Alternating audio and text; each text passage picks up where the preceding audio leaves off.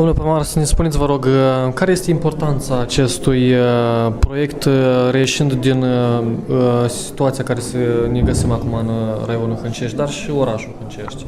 Da. Importanța, cred că astăzi evenimentul acesta este cea mai mare.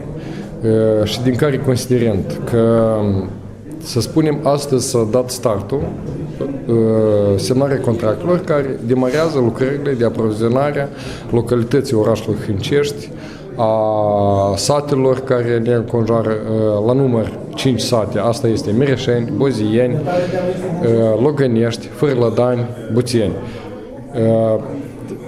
Este de importanță majoră. Avem multe alte proiecte care le demarăm mai departe, în multe alte proiecte ce țin de salubrizare, de sistemul de canalizare, care ne rămâne să soluționăm și această problemă.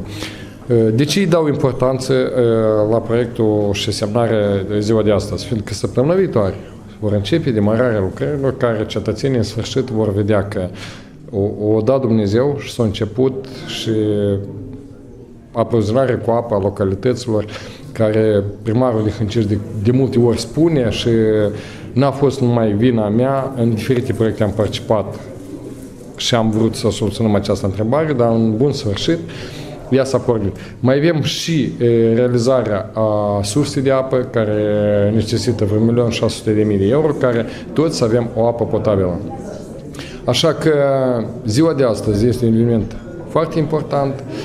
Pe de o parte va fi și multe probleme pe parcurs. Vă dați seama când merg lucrări pe fiecare stradă de deteriorarea drumurilor, de accesul cetățenilor care vor avea. Dar le vom trece și pe asta și mergem mai departe într-o bună soluționare a acestor proiecte de infrastructură care în beneficiu a tuturor cetățenilor. Care este durata de implementare a acestui proiect? Da, conform contractului este până în 2013, sfârșitul anului. Anul acesta, cred că cu toate comunele care sunt în jurul orașului Hâncești, posibil, nu pot să spun, dar să realizăm proiectul anul acesta. Dar de orașul Hâncești lucrările se vor finaliza și anul viitor, adică 60-70% vor fi anul acesta, dar anul viitor se vor finaliza celelalte. Aveți ceva proiecte care s-au mai realizat în raionul Hâncești și care credeți că și aici va fi cu succes? Da, avem și astfel vă invităm la semnarea iarăși a unui contract și anume atunci când se pornesc lucrările de salubrizare, care 12 milioane de lei. Și iarăși, nu numai orașul Hâncești, dar și aceleași sate care le-am luat în parteneri cu noi, asta este Mireșeni, Logănești și Buțeni, cu salubrizare. Și finanțarea de acum, banii sunt la cont, licitația este făcută, sunt convins că în 2 săptămâni vor demara și aceste lucrări. Cum va fi urmărit sau monitorizat implementarea proiectului ca el să fie reușit și să nu fie cumva fraudat sau știm noi se mai întâmplă?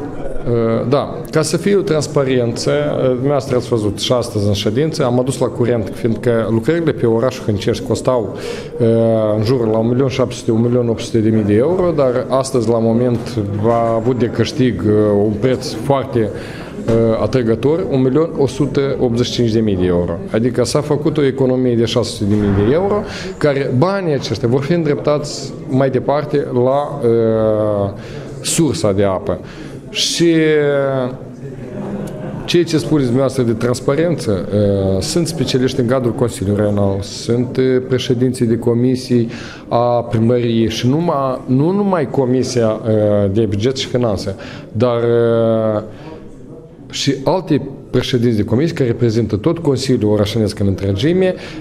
De ce spun de Consiliu? Fiindcă acționar la întreprinderea dată, da, Societății pe Acțiune Aminver, în întregime 100% astăzi este Consiliul Orașănesc Hâncești. Apoi, restul primării cu consiliile lor locale vor fi și ei acționari în întreprinderea dată, conform investițiilor care se fac acum la moment. Cum veți convinge societatea civilă, beneficiarii direcția acestor proiecte să participe și ei la monitorizare ca să fie cu succes? Da, aveți perfectă dreptate. Noi, în cadrul implementării proiectului, da, adică așa vorbind moldovenește, în fiecare mahală, cum s-ar spune, da, sau stradă, sunt în multe locuri președinți a asociații a locatarilor. Și fiecare stradă, ca să monitorizeze lucrările, adică însăși cetățeanul, ajunge acest proiect la cetățean. Însăși cetățenii tot să monitorizeze ce este în actele date, ce lucrări sunt făcute, ce lucrări se fac, ce lucrări trebuie să mai facă. În primul și în primul rând trebuie cetățenii să spuie a ceea ce au lângă ei. Noi vă dorim succes! Mulțumim și dumneavoastră tot și tuturor hânceștenilor și localităților. Le mulțumesc foarte mult și sincer o spun, am luptat foarte mult pentru acest proiect, vreo 2 ani, jumate, 3.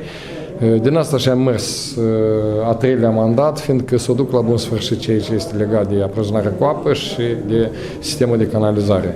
Ne rămâne să o realizăm și Doamne ajută tuturor!